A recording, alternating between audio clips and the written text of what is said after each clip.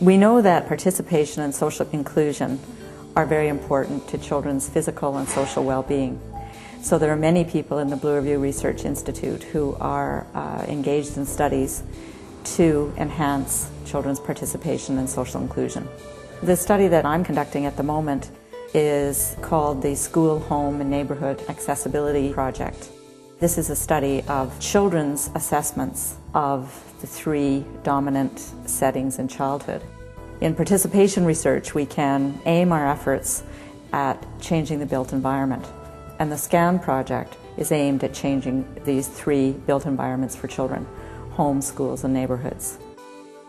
The real advantage of using a BlackBerry technology is that BlackBerry already has a GPS, a global positioning system chip inside of it that allows me to track a person's location every second and store that data. It's accurate to a couple of meters.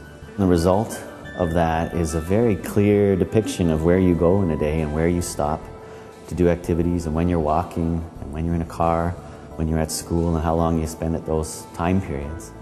So if you can acquire that data live and process it, display it perhaps back to a patient or to a caregiver, it's very valuable information about a person's daily life. When we saw the potential to help out in health-related studies, we started pursuing groups like Pat McKeever's project, and they started pursuing us, and we made the links to how it could help their studies. We're tracking 1 or 2 afternoon days and 1 or 2 weekend days. We want to understand children's home ranges or their local geographies, where they go after school. We will use the map that is generated by the BlackBerries to generate a diary that includes a column of maps and the time when the child was visiting the particular location, and we'll bring that back to the child to prompt the child to remember what the building was like.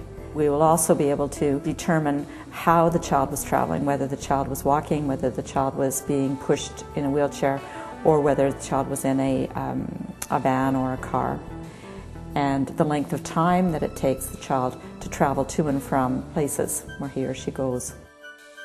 In future, GPS technology and other location technologies will get accurate enough to track movements indoors more precisely, body movements. Other technologies like accelerometers track movement, and when you combine a location technology with another body-based sensor like an accelerometer or a heart rate monitor, that combination gives you a lot of insights into their physiology and where they are in space and how their movements affect their health.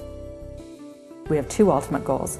We're looking for some good news stories. We're looking for the best practices, communities, neighborhoods, and schools that are physically accessible and environmentally inclusive for kids. We're looking for areas that are identified by children that they would advocate for policy change in order to make every home, school, park, neighborhood accessible to children and adults who use mobility aids of any kind.